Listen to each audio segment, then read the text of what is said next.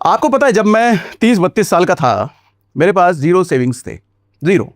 हालांकि इस वक्त मेरी एज 39 है, लेकिन उम्र के 30-32 साल तक मेरे पास सेविंग्स में एक भी रुपया नहीं था। उल्टा मैं कर्जे में अलग था, क्रेडिट कार्ड का कर्जा, पर्सनल लोन का कर्जा, कई तरह के कर्जे में अलग था, लद था। और वो भी कब तक? 30-32 साल तक, अपनी एज के। तो ये मैं क्यों बता रहा हूँ? हालांकि मैंने अपनी स्टोरी बहुत बार कवर कर चुकी है, पुराने लोग जो होंगे उनको पता होगा। तो आज बेसिकली बात इसलिए करना है, ये मैं इसलिए बता रहा हूँ क्योंकि असली मुद्दा जो इन्वेस्टमेंट से रिलेटेड होता है ना सर, ये नहीं मुद्दा है कि पैसे कहाँ इन्वेस्ट करें। असली मुद्दा ये होता है कि पैसे बचाएं कैसे, क्योंकि इनकम कम होती है। अच्छा, इनकम कम कहना थोड़ा गलत स्टेटमेंट इसलिए है क्योंकि आगे मैं क्लियर करूंगा। अब इनकम देखो, शुरुआत में 20,000 हो, 25,000 हो, 30,000 हो, 35,000 हो या 50,000 कुछ भी हो, सबसे पहला मुद्दा यह आता है कि पैसे हम बचाएं कैसे। एक बार जब पैसे बचने लग जाए तो फिर सवाल खड़ा होता है कहां इन्वेस्ट करें।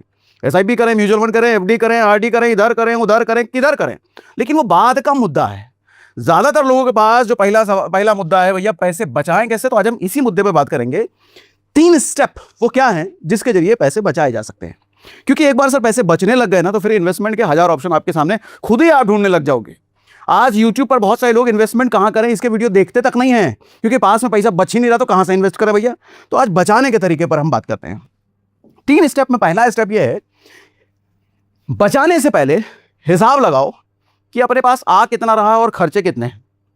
आप कहोगे नीड और वांट वाली बात, नहीं, वो नहीं, वो सब किताबी बातें, यूट्यूबिया बातें नहीं, प्रैक्टिकल बातें कर रहा हूं भैया, एकदम प्रैक्टिकल बातें। देखो भैया, कितना एक्सपेंस है हमारा, फिक्स खर्चा कितना है, हर केस में अलग अलग होगा। सिंगल अगर है तो अलग होगा, मैरिड है तो अलग होगा, बाल बच्चेदार आदमी है तो अलग होगा, और साथ में पेरेंट्स भी रहते हैं तो अलग होगा। तो हम अगर हिसाब लगाएं, कोई मेट्रो सिटीज में रहता है, बड़े शहर में रहता है, दिल्ली, मुंबई, पुणे जैसे शहर में, या फिर टियर 2 भी मान लो, लखनऊ हो गया, पटना हो गया, अहमदाबाद हो गया, सूरत हो गया, इन जैसे शहरों में भी मानो, तो मेट्रो सिटीज और इन शहरों में बहुत ज्यादा का फर्क नहीं होता है। तो अगर हम सिंगल की बात करें, तो एक सिंगल आदमी अगर रहता है, रोटी कपड़ा मकान, सबसे बेसिक नीड की बात हम पहले करते हैं। तो रहने का खर्चा मुझे लगता है 5,000 रुपए में रहना बड़े आराम से हो जाएगा। ठीक है, इसको हम रेंट कहते हैं। रेंट पे चाहे पीजी में रह लो या 2-3 लोग मिल करके फ्लैट ले लो, 5,000 रुपए पर हेड से ऊपर नहीं पड़ना चाहिए। और इससे अगर ऊपर पड़ रहा है तो फिर आप अय्यासी कर रहे हो और कुछ नहीं। तो अय्यासी कर रहे हो तो भैया आपके लिए पूरा सेशन ही नहीं, निकल लो यहाँ से चुपचाप। ठीक है, हम उनके लिए बात कर रहे हैं जो इस नीयत से ये देख रहे हैं कि हमको पैसे बचाना है। तो बचाने का पहले ये तरीका है भैया, इतने में रेंट आपका हो जाना चाहिए। अच्छा, मैं मान लेता हूं उसके बाद 5,000 रुपए के आसपास ही खाने पीने का खर्चा आएगा, फूड मान लो। ठीक, अच्छा, उसके बाद अगर आप सैलरीड हो तो सैलरीड हो गई, तो ऑफिस आने जाने का खर्चा मैं मानता हूं कि बस से या मेट्रो से या ट्रेन से, ऑटो से, जैसे भी आप जा रहे हो, मैं 3,000 रुपए इसका भी मान लेता हूं। ठीक है, इसके अलावा और कोई बेसिक नीड तो नहीं होता है सर, फोन का रिचार्ज है, चलो वो भी बेसिक नीड में आ गया।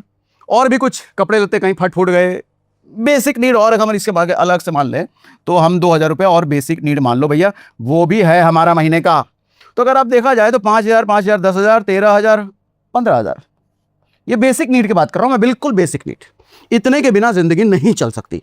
इसके बाद आप जोमेटो से ऑर्डर करो, फिल्म देखने जाओ, गर्लफ्रेंड घुमाओ, वो सब अलग चीजें हैं, लेकिन इसके बिना जिंदगी नहीं चल सकती। उसके बिना तो चल जाएगी। ये सिंगल का केस है। अगर आप मैरिड का केस लो तो ये दोनों चीजें डबल हो जाएंगी, ये उतना ही रहेगा, ये भी हो सकता है डबल हो जाए।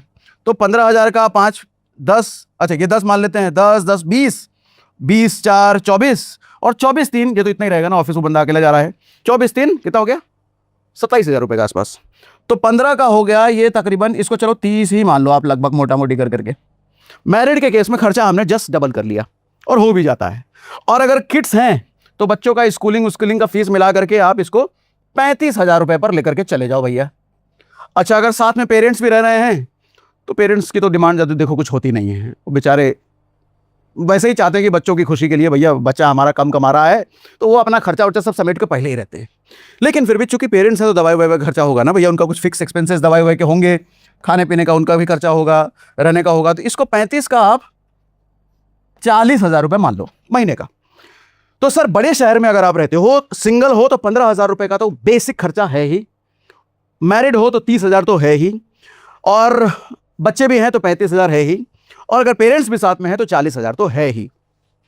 अब सवाल यह है कि कोई अगर इस कैटेगरी में आ रहा है पेरेंट्स के साथ वाले में, और आपकी सैलरी अगर 20-25,000 रुपये है, तो फिर तो देखो आपको दिक्कत है आपके साथ। आप अगर कहते हो पैसे नहीं बच सकते, तो मैं बिल्कुल समझ सकता हूँ कि पैसे बचाने लायक कंडीशन में आप अभी हैं नहीं, तो आपको वहाँ पे काम करना चाहिए सर, एक्स्ट्रा इनकम सोर्स बढ़ाने में। पार्ट टाइम में कुछ काम ढूंढो, ग्राफिक्स बनाना सीखो, वीडियो एडिट करना सीखो, या आप अपने आसपास के माहौल में देखो कि क्या तरीके हो सकते हैं। यूट्यूब पे सर्च करो कि एक्स्ट्रा इनकम कैसे बनाया जाए, क्योंकि उसके अलावा ऑप्शन है नहीं आपके पास। आपको किसी भी तरीके से 30-35 हज़ार रुपये, 40 हज़ार रुपये की इनकम स्लैब में जाना पड़ेगा अगर आप बड़े शहर में रहते हो। छोटे शहर में रहते हो तो ये सब चीज़ें आप आधी भी कर सकते हो। एक सिंगल आदमी 7-8 हज़ार में भी बड़े आराम से रह लेता है, मैरिड आदमी 20 हज़ार में भी बड़े आराम से रह लेता है, और बाल बच्चेदार आदमी भी 25-30-25 हज़ार के आसपास में आराम से रह लेता है। तो ये खर्चे होते हैं अलग अलग जगहों के। अब एक बार जब हमने कैलकुलेट अपना एक्सपेंस कर लिया, बेसिक नीड कर लिया, अब उसके ऊपर अगला स्टेप आता है बिल्ड बचत सिस्टम। लेट्स सपोज आपने अपना कैलकुलेट कर लिया कि आपका 30 हज़ार रुपए का फिक्स एक्सपेंस तो है ही, और आप कमा रहे हो लेट्स सपोज 40 हज़ार रुपए। ये क्या है? इनकम है, और ये फिक्स एक्सपेंस है। अच्छा, ये ऊपर नीचे भी हो सकता है। आप हो सकता है कि 30 हज़ार कमा रहे हो, 20 हज़ार आपका फिक्स एक्सपेंस है, 15 हज़ार ही कमा रहे हो, 10 हज़ार आपका फिक्स एक्सपेंस है, कुछ भी हो सकता है। तो एक तो इनकम लिख लेना आपकी, और एक फिक्स एक्सपेंस लिख लेना। फिक्स एक्सपेंस की डेफिनेशन फिर से बता दूं, वो खर्चे जिसको अगर आप काट दिए तो मर जाओगे। मर जाओगे मतलब घर का खर्चा काट नहीं सकते, खाने का खर्चा काट नहीं सकते, ऑफिस आने जाने का खर्चा काट नहीं सकते, मोबाइल का खर्चा काट नहीं सकते, ये सब जरूरी है। ठीक, अब उसके बाद आते हैं, हमको अपना बचत सिस्टम बिल्ड करना है स्टेप नंबर 2 में। स्टेप नंबर 2 बचत सिस्टम क्या कहता है? मैं कहता हूं आपके पास 2 बैंक अकाउंट कम से कम होने चाहिए। एक वो बैंक अकाउंट जिसमें आपकी सैलरी आती है, फ्रीलांसिंग करते हो या जो भी करते हो, जिसमें आपका पैसा आता है, एक वो सैलरी अकाउंट हो गया।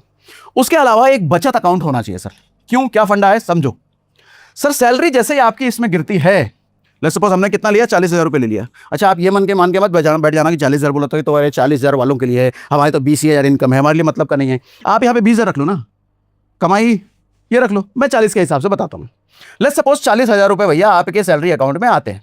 ठीक, आपने हिसाब लगा लिया है फिक्स एक्सपेंस मेरा 30 हज़ार रुपये है, यानी कि आपको पता है कि 10 हज़ार रुपये वो खर्चे हैं जो मेरे, अगर मैं बचा लूँ ना करूँ तो मरूंगा तो नहीं।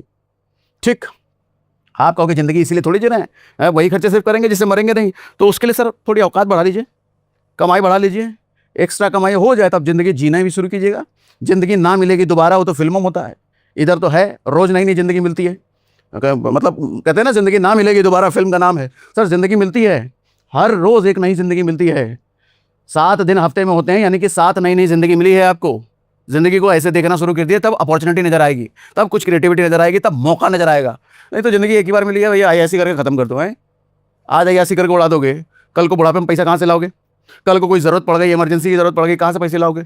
इसलिए जिंदगी ना मिलेगी दोबारा, ये फिल्मों में ठीक लगता है, रियल लाइफ में ऐसी चीजें नहीं होती हैं। हर रोज नई जिंदगी मिलती है, और ये मिलती रहेगी अगले 60 साल तक, 70 साल तक, 80 साल तक, जब तक आप जियोगे। ठीक, तो 40 हज़ार में से सर हमको पता है कि 10 हज़ार रुपये वो खर्चा है जो कि मैं काट सकता हूं, बड़े मुश्किल में आऊंगा मैं, लेकिन काट सकता हूं। तो सर सबसे पहले इधर 10 हज़ार रुपये आप ट्रांसफर कर दो तुरंत।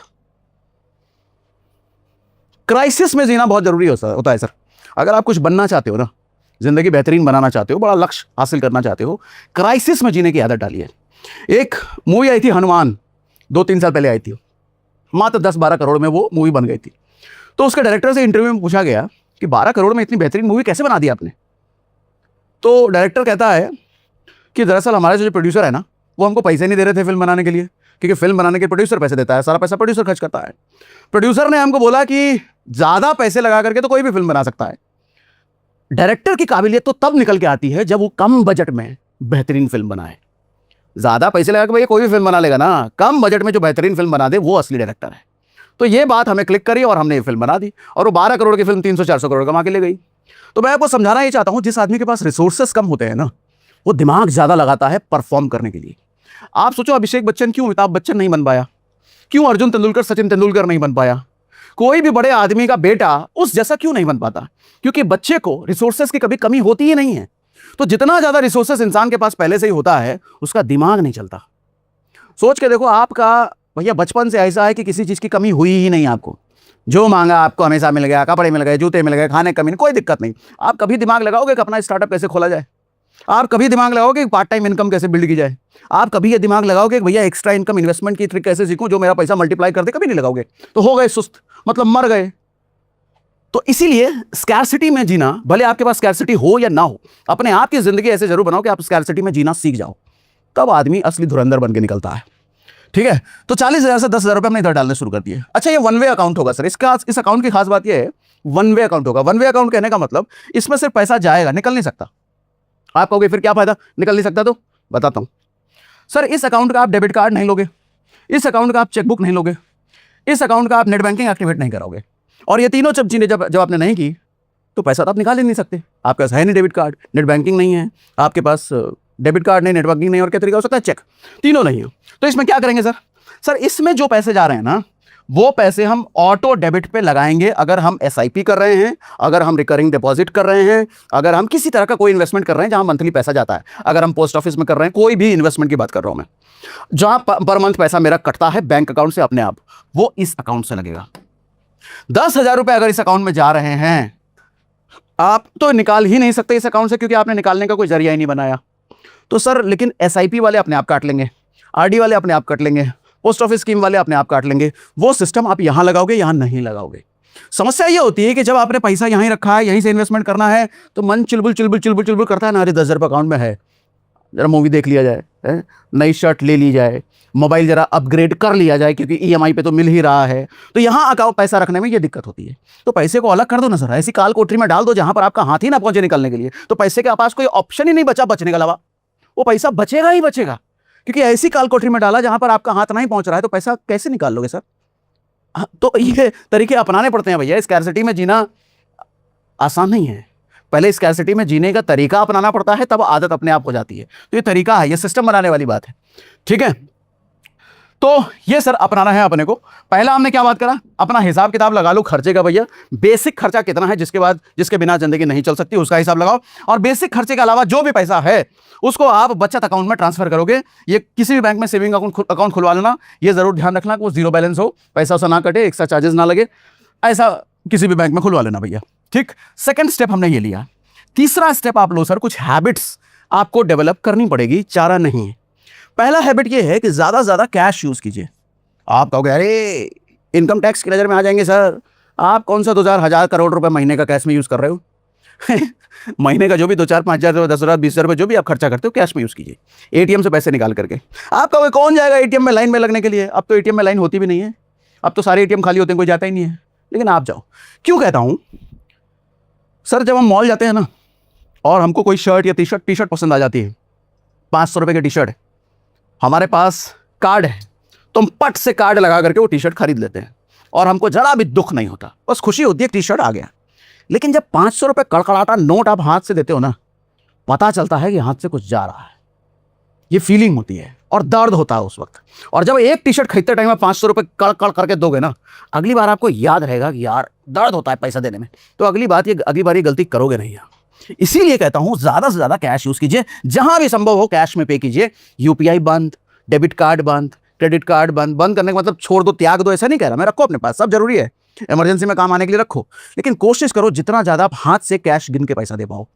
पहली चीज तो ये आपका बचत मेंटालिटी ये बना देगा कि आपको अगली बार खर्च करने से पहले याद दिलाएगा वो पिछला इंसिडेंट दर्द हुआ था कैश देने में। तो अगली बार कैश देने से बचोगे आप, वो खर्चा करने से बचोगे, और जब खर्चा करने से बचोगे तो क्या होगा, पैसा बचने लग जाएगा। ये एक मेंटालिटी साइकोलॉजिकल ट्रिक है, लोग नहीं करते। आजकल का जेनजी तो भैया यूपीआई टन टन टन टन, एक button click 500 paid, Zomato, Swiggy, इसी में पैसा नहीं बचता। कैश यूज कीजिए, बहुत ज्यादा जरूरी है ये। हमारे पूर्वजों के पास, मतलब हमारे पिताजी दादाजी के पास पैसा बचता था, इसका बड़ा कारण ये भी होता था कि वो सारा काम कैश में करते थे। यूपीआई था नहीं भैया, नेट बैंकिंग था नहीं। उसके बाद मैं कहता हूँ क्रेडिट कार्ड हमेशा वॉलेट में लेकर के मत घूमो, बनवा के रखो, दिक्कत नहीं है, इमरजेंसी में काम आता है, पैसे की जरूरत पड़ गई क्रेडिट कार्ड काम आता है, लेकिन पर्स में लेके मत घूमो। दिक्कत ये होती है जब पास में क्रेडिट कार्ड है ना, पैसा नहीं भी है, कहीं भी इधर उधर गए फट से गुजर दोगे आप वो चीज लेने के लिए, खरीदने के लिए, बाद में पछतावा होता है, अरे यार। तो पास में मत रखो ना। हाँ, ऐसी जगह कैरी करो जहां आपको पता है कि ऐसी कोई चीज खरीदने आप जा रहे हो, या ऐसा कोई पेमेंट करना है जो बहुत जरूरी है, क्रेडिट कार्ड से ही करेंगे, वहां क्रेडिट कार्ड बजावते पर्स में डाल करके ले करके जाओ। और जैसे ही वापस घर आओ, क्रेडिट कार्ड निकाल करके अलग तिजोरी में, बॉक्स में, कहीं भी अलमीरे में रख दो, पर्स में मत रखो। क्योंकि पर्स में क्रेडिट कार्ड रखना अगेन साइकोलॉजिकल आपका ट्रिगर करता है, खर्च करने के लिए मजबूर करता है आपको। तो क्रेडिट कार्ड को पर्स में ना रखें चाचा। तीसरी बात मैं कहता हूं कि कैलकुलेटेड कैश अपने वॉलेट में रखो। जब आपको सारा खर्चा कैश में ही करना है और वो कैश कैलकुलेटेड अपने वॉलेट में रखो। आज के लोगों का हिसाब किताब ये है कि पर्स में कितना पैसा है पता ही नहीं है, 300 है, 500 है, 2000 है, पता ही नहीं है। इससे क्या होता है सर, जिस समस्या को आप मेजर नहीं कर सकते उस समस्या को सॉल्व कैसे करोगे? मेजर करना तो जरूरी है ना। पैसे बचाने के लिए आपके पर्स में कितने कैश पड़े हैं वो देखना तो जरूरी है ना। तो कैलकुलेटेड कैश, पता है कि आज मूवी देखने जा रहे हैं, मूवी देखने में 200 रुपये का टिकट लगेगा, 100 रुपये का समोसा खाएंगे हम, 20 रुपये का ऑटो का खर्चा भी होगा, तो उतना ही 300-400 रुपये गिन करके पर्स में डालो और घर से निकलो। आप अगर मूवी देखने गए और पता है कि खर्चा 400 रुपये होना है और आपकी जेब में 1000 रुपये हैं, तो बहुत ज़्यादा चांसेस हैं कि अब 400 नहीं खर्च होंगे, अब 800 खर्च होंगे या 900 खर्च होंगे, या हो सकता है पूरे 1000 खर्च हो जाए। स्कैरसिटी, कम ही रिसोर्सेज में जिंदगी जीनी है। ये बात गांठ बांध लो भैया, कोई ना बताएगा। कम रिसोर्स में जिंदगी जीने वाला फिर खिलाड़ी बनता है। जितने सुपरस्टार बने हैं किसी भी इंडस्ट्री में, किसी भी फील्ड में, वो सब बड़े छोटे तबके से आए थे, गरीब परिवार से आए थे, मिडिल क्लास परिवार से आए थे। रिसोर्सेज नहीं थे उनके पास, तब ज्यादा दिमाग चलता है, तब आदमी परफॉर्मेंस पे ध्यान देता है। तो कैलकुलेटेड कैश रखिए भैया, ये बड़ा सिंपल सा स्टेप है। इतने में कहानी हो गई खत्म। आप कहोगे इतने में ही हो जाएगा? हाँ भैया, इतना ही कर लो। इतना ही करना आसान नहीं होगा आपके लिए, मुझे पता है। इतना ही करना आसान नहीं होगा। पहली चीज मैंने क्या बोला, अपना एक्सपेंस कैलकुलेट करो, खर्चा कैलकुलेट करो, उसके बाद बचत सिस्टम बिल्ड करो, एक्स्ट्रा बैंक अकाउंट खुलवा करके। उसके बाद मैंने कहा कि आपने ये 3 हैबिट सुधार लो। सर आप बस 3 महीने ये कर लो, ज़्यादा नहीं, 3 साल 10 साल, 3 महीने कर लो। मुश्किल होगा करना, मुझे पता है बहुत मुश्किल होगा, लेकिन 3 महीने आप कर लो। इस वीडियो पर आकर के 3 महीने बाद आप कमेंट करके जाओगे 3 महीने पहले मैंने ये सिस्टम शुरू किया था, आपके लिए करना शुरू किया था, इसने मेरी जिंदगी बदल दी सिर्फ 3 महीने में। 3 महीने में सब कुछ बदल जाएगा सर। पता चलेगा पैसा बचना शुरू हो गया है, एक्स्ट्रा बैंक अकाउंट में 20-30 हज़ार 25 हज़ार पड़े हैं, क्योंकि 3 महीने पहले ये शुरू किया था। तो आप ये सिस्टम शुरू करने जा रहे हो तो हमको कमेंट बॉक्स में लिख के बताइए कि आज से मैं ये सिस्टम शुरू करूंगा, और 3 महीने बाद वापस आकर कमेंट करके बताना कि क्या रिजल्ट निकला। गारंटी देता हूं सर, जिंदगी बदल जाएगी, क्योंकि 3 महीने में हैबिट डेवलप हो जाएगी ना। 3 महीने में आप करोड़पति नहीं बन जाओगे, लेकिन 3 महीने में एक ऐसी हैबिट, एक ऐसा आदत जन्म ले लेगा आपके अंदर जो कि आपकी बाकी जिंदगी बदल के रख देगा। तो ये करिए भैया, और बाकी कमेंट बॉक्स में हमको लिख के बताइए कि ये सेशन आपको कैसा लगा, बेहतरीन लगा, इस तरीके से कोई बताता नहीं है, लिख के हमको जरूर बताइएगा भैया। और आज से अगर शुरू कर रहे हो सिस्टम को तो हमको कमेंट बॉक्स में ये भी लिख के बताइए। चलो आज के लिए इतना ही। दोस्तों, क्या आपने कभी सोचा है कि कुछ लोग कम कमाई में भी अमीर कैसे बन जाते हैं और कुछ लोग ज्यादा पैसे कमाकर भी हमेशा परेशान रहते हैं? आखिर पैसा बचाने का सही तरीका क्या है? तो आज की इस वीडियो में सागर सिन्हा आपको बताएंगे ऐसी स्मार्ट सेविंग और इन्वेस्टमेंट की आदतें जो धीरे धीरे आपकी जिंदगी बदल सकती है। देखिए, सिर्फ पैसा कमाना ही काफी नहीं होता, असली गेम होता है पैसे को सही जगह लगाना। अगर आप हर महीने थोड़े थोड़े पैसे बचाकर सही जगह इन्वेस्ट करते हैं तो वही छोटा पैसा आगे चलकर बड़ा फंड बन सकता है। बहुत लोग सोचते हैं कि अमीर बनने के लिए लाखों की जरूरत होती है, लेकिन सच ये है कि शुरुआत सिर्फ डिसिप्लिन से होती है। चाहे आप स्टूडेंट हो, नौकरी करते हो या बिजनेस, अगर आपने आज से फिजूल खर्च रोक दिया और सेविंग शुरू कर दी तो आने वाले समय में आपको कोई रोक नहीं सकता। और याद रखिए, पैसा आपके लिए काम करना चाहिए, ना कि आप पूरी जिंदगी सिर्फ पैसे के लिए भागते रहें। इसलिए अपनी इनकम का एक सही हिस्सा हमेशा सेव और इन्वेस्ट जरूर करें। तो दोस्तों, आज की वीडियो से आपको क्या सीख मिली कमेंट में जरूर बताएं। और अगर आपको आज की वीडियो पसंद आई हो और आप भी सागर सिन्हा सर के फैन हो तो वीडियो को लाइक करना और चैनल को सब्सक्राइब करना ना भूलें।